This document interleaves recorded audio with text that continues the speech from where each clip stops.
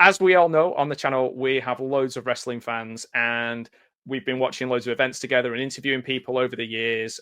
Go back into the playlist and have a look at the wrestling playlist. But today we are joined by real up and coming, exciting, and just somebody who is super creative in what he's been doing. I've been following his career since he started. And since we got in touch with each other as well, it's been really cool. So Zac Parton is the owner of Rippers Fitness Academy in Swansea, England. He's a trainer, he's a wrestler, he's a promoter, and he's here. Zac, welcome to the channel.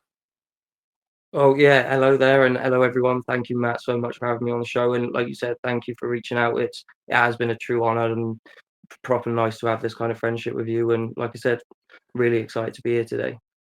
Oh, thanks, man. So, for those people who don't know about your background, and they can see a lot of your matches and a lot of the promotions you're involved in, are all their content is being uploaded to YouTube, their Facebook, are all in the description, so people can find these things. But what about your journey? Like your journey into being a professional wrestler, but also your journey into wanting to promote and help other people as well. Well, it all started when I was doing kickboxing, and that took up 20 odd years of my life. And then obviously I moved to Wales, and that kind of all got dropped down because you can't really move like a class full of people 3, 4 hours from where you lived. Um, Mm. and I was looking to get into something, and then that's obviously when I reached out to a few different wrestling promotions. I got in touch with Royal Imperial Wrestling, great wrestling company down in South Wales, Port Talbot, now based in Bridgend. And it just started from I just want to get out of the house. I just want to make some friends. It's pretty lonely at that point, pretty kind of dead in the water. Didn't know what I was doing. Um, and then I went there for a few sessions, and my life considerably changed for the better. Um, and then from there, it was just I didn't even not that I didn't want to be on shows. Like I saw all these wrestlers, but I had this career in fighting and martial arts, and 15 years, 20 years of getting punched in the head, and I just Yeah. wanted to just enjoy. Mm. And there was an opportunity that came up after I think I was training 6 months, 7 months maybe. And I was like, yeah, why not? Jumped into the match, and I've not left since. I love wrestling. I love being a part of shows. I love travel. It's even the whole traveling aspect of it. Sometimes like you're traveling 4 or 5 hours just to do a Mm. 10, 20 minute match, but it's what you do for the business. It's what you do for the love. Um, Yeah. Do you and feel then that you need to obviously have that kind of paying your dues period as well? Like, is that something that you feel like, because obviously doing martial arts and doing other things, like there's a this is that I'm not going to say legitimate, because I think wrestling is wrestling is ridiculously legit. difficult. Everybody Yeah. who sits there, 20 years in Yeah. martial arts, and I had one session, I struggled to get up from the toilet. I had to call for Yeah. help. Wrestling is legitimate. Yes, you know the outcome, but to get to that outcome, that's legitimate.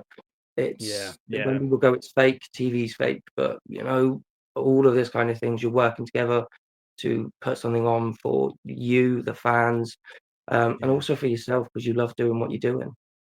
Do you think that people maybe, like, when you told them you were getting into wrestling, they didn't have the same level of respect from when you were doing like your martial arts, kickboxing, and things like that? They thought, oh, he's doing something easier, when they don't realize, like you say, that like those bumps, that's essentially hard wood every single night. You're being smacked into it, like you say. Yeah.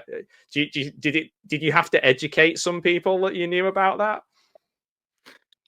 I'm in the mindset that if people are too immature, childish to have these opinions and to put Mm, things down on me, then they're not really worth my time to educate. fair But point. Yeah, yeah, everybody in my life has all have been supportive of it. The way I've kind of thrown myself into it, and I'm sure even the way you see some of my matches, it's um, I understand the whole fake thing around it, but I want it to come across as believable as I can, and yeah, if that means you're kicking someone in the head, then yeah, you're still kicking someone in the head. Not as hard as trying to knock them out, but you're still kicking them in yeah. the head, and It that's what still people have hurts. to realise. Yeah, geez. Yeah, man. I mean, I'm old now, but like, this is really strange. I had this kid in my class who did like Olympic style wrestling, and she was incredible. And throughout the years, she just got better and better and better. And like, just doing that sort of mat based, approach, you could see her natural strength developing, and add that into the fact that you're when you're wrestling, you're also doing the high flying, you're also doing those matches where there's foreign objects involved.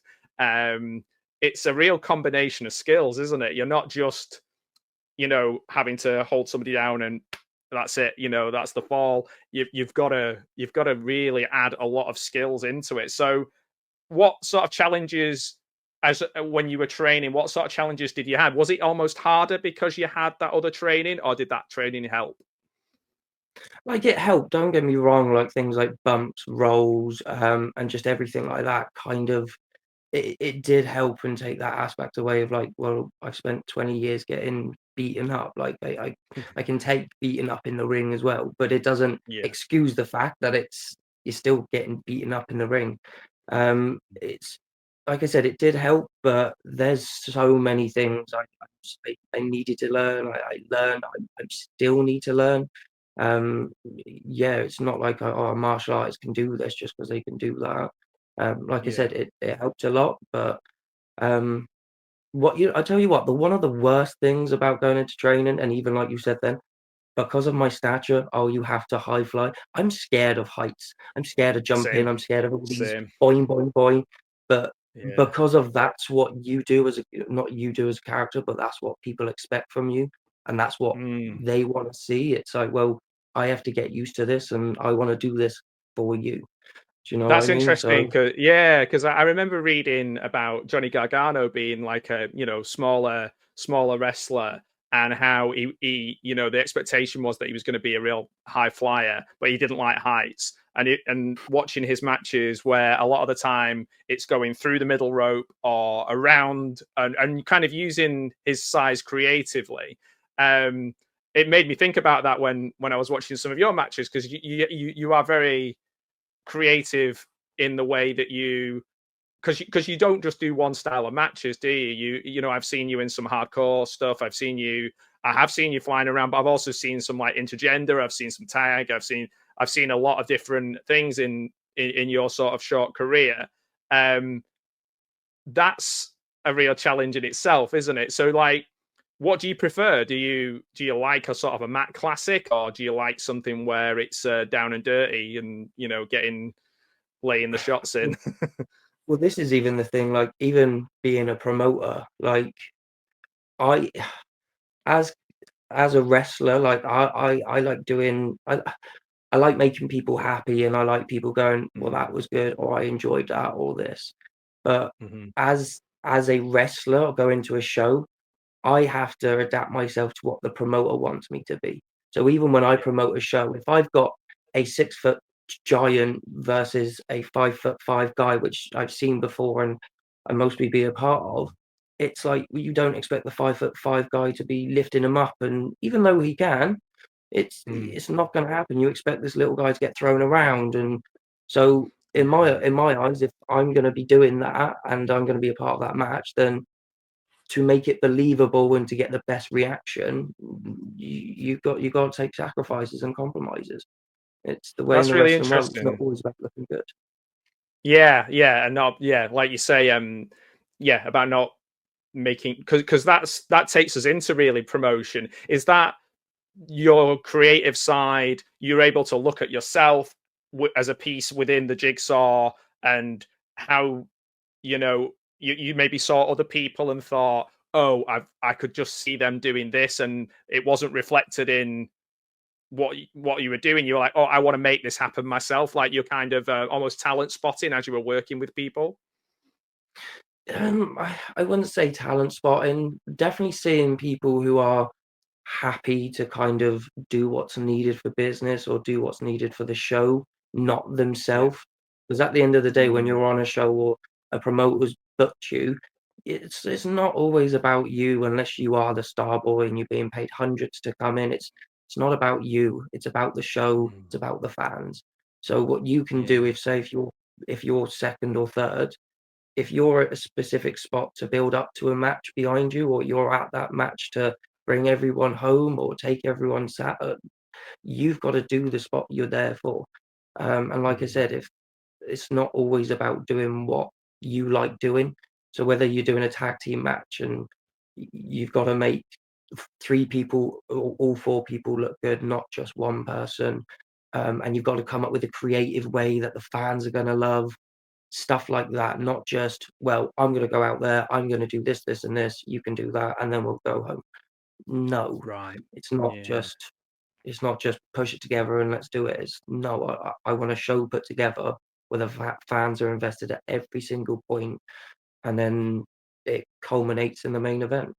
So is that like you indulging your creative side as well, but also thinking, like you say, like that young kid like me when I was saying, because I'm so old, like sitting there watching Big Daddy for the first time and just thinking he was amazing, even though realistically he wasn't moving around very much or doing anything, but I was loving it. You know, what sort of inspired you into wanting to promote and build that experience for those kids and adults Um, as well? kids and adults and old people Yeah, and everybody. yeah, yeah. I'm not gonna lie. At the point when I was wrestling and seeing some of the promoters, and I'm still obviously as a promoter, still wrestling myself and still trying to get outside bookings. It's Mhm, seeing the oversaturation of promotions always using the same people, and you obviously come to a challenge where it's coming up against money and who you know and what you know and all of this kind of thing. Whereas mhm, I just wanted to put on a show and give those people who don't normally get that look in. You know, those people who mhm. get overlooked or overshadowed. You know what? Come here, have your first match. Get that time to get on the camera and do what you do best and be a part of something. And if you do a great job, then be a mainstay. Come here, come back more. Um, Yeah. my make connections. Like a promotion, like I said, it's I made the promotion not just for me, not just for the people that we were working with at the time, but for everybody else that could come down and benefit from it. And I think Mm. if you ever run a promotion where it's solely based around one person or even yourself, you're doing a terrible job. Should be based Yeah, around yeah. everybody. And like I said, it's called next generation wrestling because it is literally bringing you the next generation of wrestlers. It sounds like you don't. You're almost actively looking to not have an ego as you're doing it. Like you're not. You're not like I've always said. Everybody has a little bit. You know, you want to present yourself well and do well at what you're doing, but it sounds like that might be the quality of person that you're looking for when you are trying to put these things together. People who are a team player and don't have that sort of selfish streak that possibly holds some promotions back. Yeah, like, I don't know whether it's egotistical when I say it, but after the years in martial arts and being taught to not have an ego, I'm coming Mm, into and when you are running promotion, you're working from for a promoter, like, if you're ever given a belt or you're ever given an opportunity, you're doing that because they trust you, not mm, because you're the best or because they trust you and you're doing a good job and, you know, you're reliable and stuff like that. It's what mm. I'll be honest, it's one of the worst things as a promoter is ego and people politicking. Like the amount of messages I get off people when it's like, I've just booked you or we're booking you, and it's like, oh, I've got this great idea, put this belt on me. It's like, rather than Yeah. just come work, and like you, I think you brought up earlier, and you know what, I'd like to bring the chat back a little bit to people paying their dues.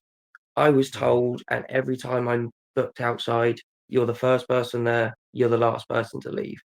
The amount of mm, people who turn up literally out like an hour before the show, and then you see the match isn't the best because they didn't have enough time to go through it or stuff like that. Um, mm. and then as soon as the show's done, or even before the show's done, they're packed up and they're off. Like, Right. I've made 4 or 5 hour journeys at 10, 11 o'clock at night because I wanted to be the last one there. I wanted to show that there was no ego. There was no, oh, I'm just here to do a job. I'm here because I want to be here and I want to help this place get get better. I want to help it improve, whether that's Well, the place, my own promotion. that's why you can see that. You can see that within the presentation and the matches and the things that I've seen over time since I've known you, that you're obviously striving each time to just keep improving incrementally as a promotion, but also um, as an event in general, which is really inspiring to see, because I know that um, the actual organization of it all must be really challenging. You know, from planning it all the way through to the actual event on the day. You know, I'm sure we all just sit there, and particularly in wrestling, is most of the opinions are online, aren't they? So, for example, you know, oh, this person shouldn't have won this, and this person should have won that, and this person deserves this, and da da da da da, and that's just the fans. So but they're just kind of making a judgment based on the final product. They're not the whole genesis of organizing it from start to finish. So what does that, you know, what would you want people to know about how that event ends up, you know, after the event? How did it all come together? How do you piece it all together? Because I wouldn't know how to start. I would literally just start with a pencil and paper and start thinking about matches and running order, but I wouldn't think of all the logistics, the lights, the ring, putting the ring up, the when people need to be there, explaining things to people. Like, it sounds like a lot. Yeah, like, don't get me wrong, I've worked for promotions where you literally just get a Facebook message and it's be there for 4 o'clock. You turn up at 4 o'clock and they tell you, right, this is what's happening, you and you go off and go do something. I run I run it quite tightly, if I'm honest with you. Like, I will write an itinerary where it's from start to finish, of what Mm. the running order of the day is, who's fighting who, what's wanted in each match. Um, and even down to like what times to be there, like what times doors opening, who's the show agents, who's the camera person, just so people need to get in contact with someone, they all know who's there. Um, but it is one of those things, and I want people to know it's tiring. And I'm not sure, is this coming out? When is this interview coming out? Is it coming out like um to be after honest, February 22nd or before February 22nd? oh well, probably before, I'd imagine. Yeah, probably before, Well, if we because on February 22nd, we're having the Royal Rumble match, which you brought up earlier, and it's a oh, of course, yeah. 40-person Royal Rumble, not a 30-person. So we're matching WWE, and we're trying to be. That was Right. my idea of going, right, how can we stand out and be new, be fresh? No one's done a Yeah. 40-person Royal Rumble before. Let's try that. And it Yeah. sold out within 36 hours. I've seen the poster, and I've literally 2 days ago it was sold out, wasn't it? So we're talking, um, it was announced. Literally, yeah.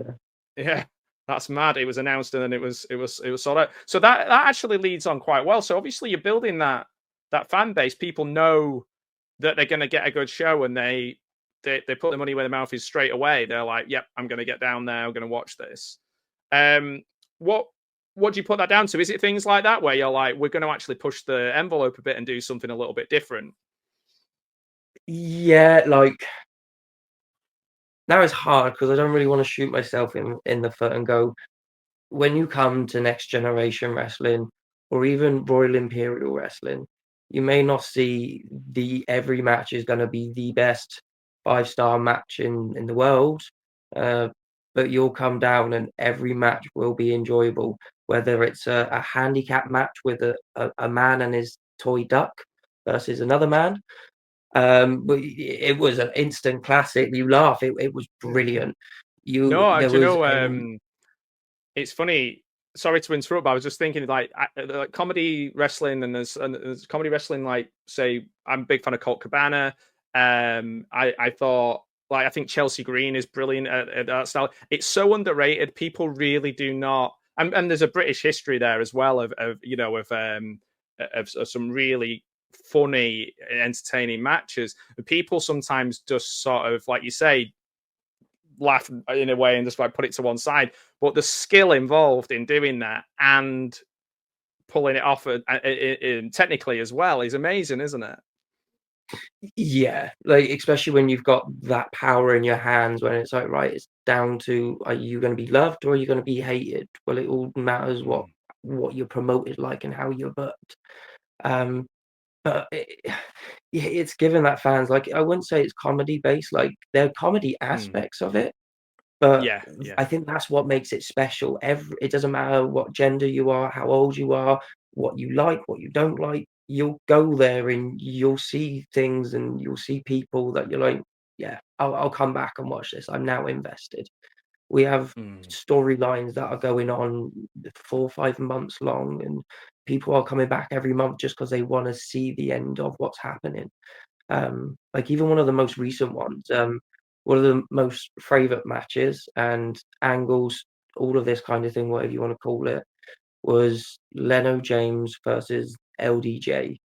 Um, and they started out as a tag team, then they fell out, and it's Leno James become this absolute like like thug character, like the kind of thug teenagers you see on the street. You walk past and just like, oh, I hate you. Him. That is what he is. He's just that guy. And then you've got LDJ, this lovable, could never do anything wrong, and they had a heated rivalry, and they're still at each other's throat. Even on the group chat, we have to keep kicking one out and keep telling them like lay off each other.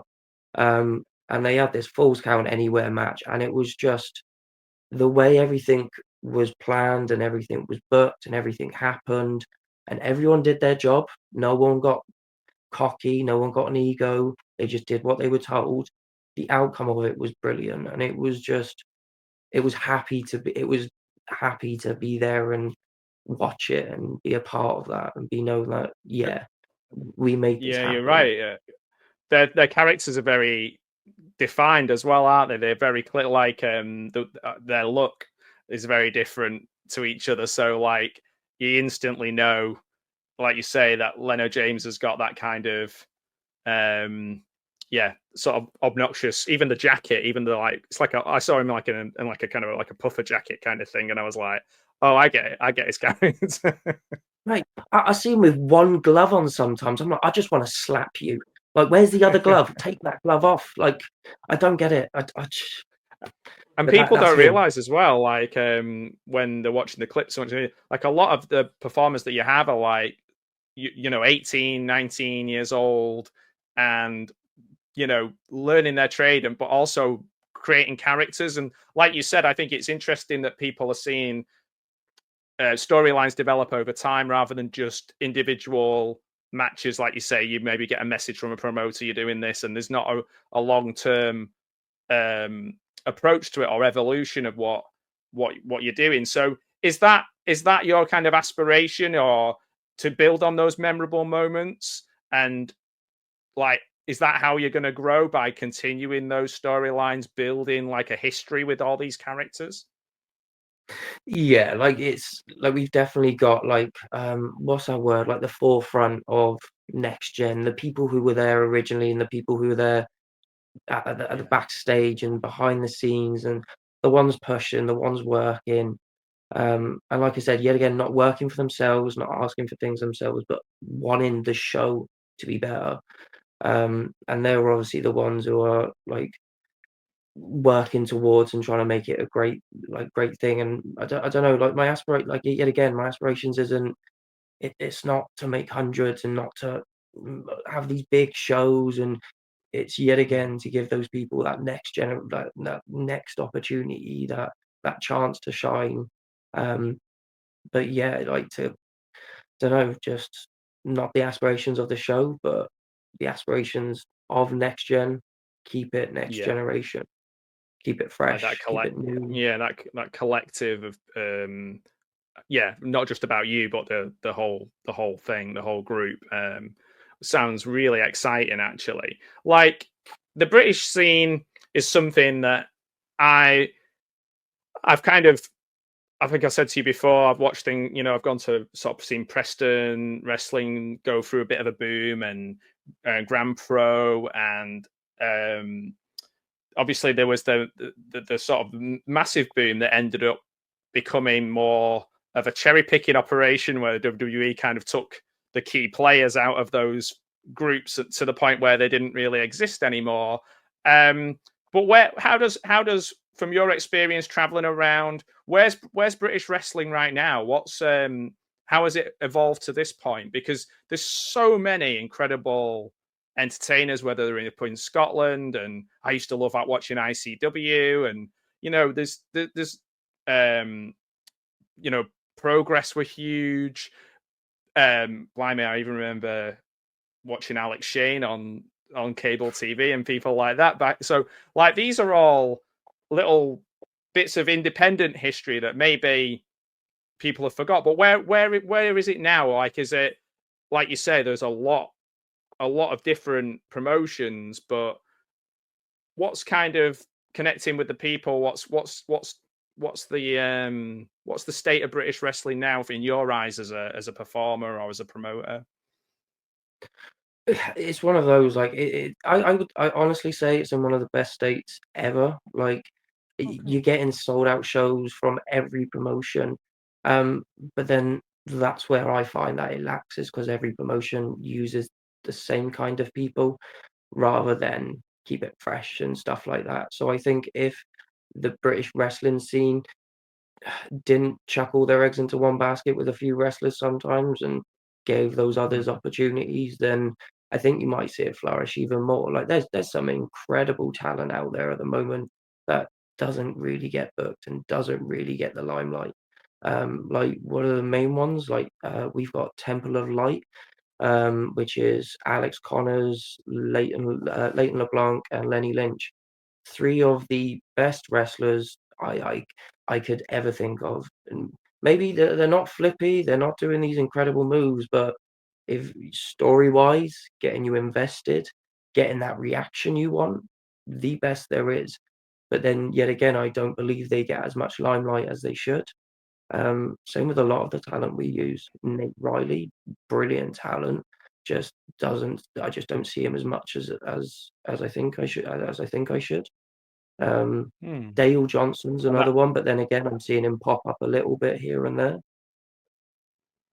These are all names that are, a lot of them are, I'll be honest, like, are new to me. I've seen ones on your channels, and I've seen different clips. Obviously, we're at different ends of the country. Otherwise, I'd be down there watching it. Um, and one thing I've noticed from the graphics and the clips and the things I've seen is that you really are helping these people that like you say, in the next generation, develop characters and try things out.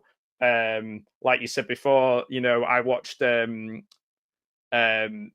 bit of Alex Dean and John the Duck. And I was Classic like, this match is if all you're this, thinking this is it's soft, yeah. it's classic. And then obviously Alex Connors has got a really cool look and intro and movement, and like I I think I have people can never tell heard when you someone get booed so much just from saying two. That is it. Yeah, I've never heard someone get booed so much just from counting. and it's a real different style of, like, I know he doesn't, like, some of the masks that I've seen from Alex Connors are really cool and unique. Like, I've not, there was a mask he was wearing, this was in October, um when he was against Succubus, Right, yeah. and in the and there was like a really cool like a skull, I don't know, it's like a face covering and I was just like, this Yeah. is cool. Like, I want to see this. Like, I really want to see it. And to be honest, every time you upload something to your YouTube channel, I'm like, oh man, this is good fun. Like, this takes me back.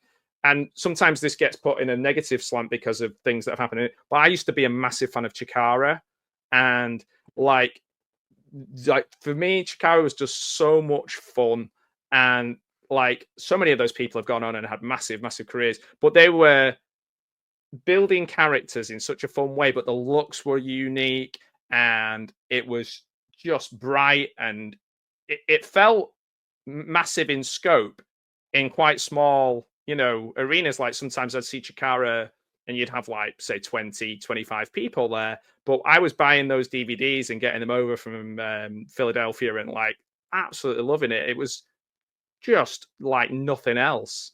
And I get that same feeling with your the characters that you've got and the work that's gone into them. So Yeah, yeah, well, that's more of a it's statement than a question, but it's yeah, but then it's not just what we do with them. It's like it is a lot with the wrestler. Like we don't bring them in and go, right, yeah. this is what you are. There are some wrestlers Mm, like Kyan James is a brilliant upcoming wrestler, and obviously I'm sure you can make the link as to who he was or who he is now. Used to mm, be Louis James, I think. Now he's Leno James, kind of helping guide people like that and going, look, this is a big aspect of what people don't like, and you can play on this a bit more and stuff like that. But people like Alex Connors, people like Alex Connors and Succubus and King Devler and Prince Palace and people with this big character that is just they're like that bigger than life kind of like Andre the Giant. Like I'm not comparing them to Andre the Giant, but you come to watch Andre the Giant because he was a giant. Like he was a character. yeah. And sometimes that's why you come to Yeah. Next Gen is just to watch some of the wackiest thing and go, well, I had fun for 2.5 hours just watching people do this and this. Like even at the last Yeah. show, like we had what was it? A secret not Santa's gift gamble, and you had an opportunity of picking three things, and it was Alex Connors, funnily enough, against AJ Gallagher, I believe. And whatever weapon they picked out, they could use. AJ picks out a brass knuckles, brilliant move. Alex Connors picks out this 2-year-old golf putter thing, and it was just a hysterical match. Just one person with a golf club, like a Sounds great. plastic I'll have one, to see that one one. person I've with not a brass seen that. knuckle. That sounds awesome. Like it's funny. Maybe that's what differentiates like what you're doing in these, you know, than what people when I say about Chikara, because they would almost that was almost one person's brainchild putting these characters onto people at the Wrestle Factory and kind of saying you're going to be this, you're going to be this. Like for you to say that you're working with the wrestlers and developing these characters together, supporting each other, that's the way forward, isn't it? That's the way to succeed, really, isn't it? To do it with, so you can trust each other. It's also I find the how you get the best out of someone. Like if you were to come to me and go, I want to be a wrestler, and I was like, okay, well, you're going to do this, this, and this. You'd be like, well, I don't want to do that, that, and that. But if you Yeah, come to me and go, I've got this idea, I want to do this and this. Okay, cool. And then I then develop things around you. You'll have a lot more fun, and you'll put in so much more work, and we'd have a better outcome than if I was dictating every aspect. yeah, that's a really good point, and I think though, like that's like that translates into just good management in any walk of life, doesn't it? If you feel you've got a stake in something, you perform better. If you feel like you have a voice, then you feel more confident in using that voice. Um, so yeah, that's really inspiring to hear. And if there was somebody who wanted to be either trained by you or it's some advice from you about any side of the business, what like I know it's a tough question and it's probably a bit of a cliche question, but like I'm sure there are things that you would be like, I wish I could share this so that either people can follow it or do the exact opposite. Um, it, and then it's uh, use not use the people around you because that's a real. I don't like the word use. Um, Mm, utilize maybe like yeah, next gen wrestling and even me personally. I would be nowhere near where I am without the amount of support and help I've got of every single person. Like the shows, yeah, I'm the one sat here talking to you now about promoting and booking the show, and it's not just around me. Even the wrestlers, like they come to the shows and they have these, like they offer things to the business, they offer things to the show. And like I said, without the people around me and the people who offered the support, me personally and Next Gen or Royal Imperial would not be at the stage it is at the moment. And it is, in my eyes, and this may be the egotistical, it is going up, and I'm happy and I'm proud. It's been a lot of work. Um, but yeah, it's not just me. It's not just two people or one head. There's a lot of people into this, and I can be more thankful of everybody who's offered their help and support. That's great, and also, I mean, I don't think it can be. You said I don't think it can be egotistical because you're literally in every other breath saying about the team ethos and how everybody's pulling together and making it happen. So I don't think you can. Anyone could accuse you of that. I think what stands out for me is that it's an exciting time for the people that you're working with, for you. And I want to make sure that before we finish the interview, and I'm sure we will do lots of other things together again, and we'll do lots. We'll keep in touch and really share, because like I say, I love talking wrestling, and I want to make sure we get eyes on your product. But how can people get in contact? How can they see things? Obviously, I'll put lots of links in the description, but like, where would you point people towards? So let's pretend that I've beamed down from Planet Zog and I don't know where you are or how to watch any of your work. What would you tell people to do? I would first tell you to get on social media first of all. Well, it doesn't matter. Facebook, Instagram. The only one not so much is X, but Mm. yeah, that's another conversation. Facebook, Insta, even TikTok. Get on one of those, type in Royal Imperial Wrestling, type in Next Gen, and you'll find obviously the little purple circle with NGW, or you'll find the dragon with wrestling underneath it. You find one of those, click on it. Even just go onto the internet, just internet. If you don't know, even if you're an alien, you don't know anything, go on Google, internet, type in Next Gen Wrestling, type in Royal Imperial Wrestling, and we'll pop up. We're based in Nice. Bridgend, Kevin Cripper. That's our training. That's our shows. Shows are once a month, and we're there every Friday and Saturday. So anybody who wants to come down, even if it's just for a chat, you're more than welcome to. Oh, fantastic. So like, it's nice to feel that's kind of an open, approachable side of wrestling. Like I say, I've spent a lot of time um around Wigan and things like that, and I was always too scared to go to the State Pit just because of the name. And I'm sure they're all lovely, but I was like, I'm not sure I want to go in the State Pit just to see what it was like. But because I was a big fan of Dynamite Kid, and I knew that so many people were, who I looked up to, train there, and I also know some kids who train there as well. And I was like, oh man, I'd just love to go inside for a minute and see what it was like. But I guess you're the new school, and your doors are wide open, and people want to, if people want to get in touch and kind of learn about what you're doing, they can come along and do it.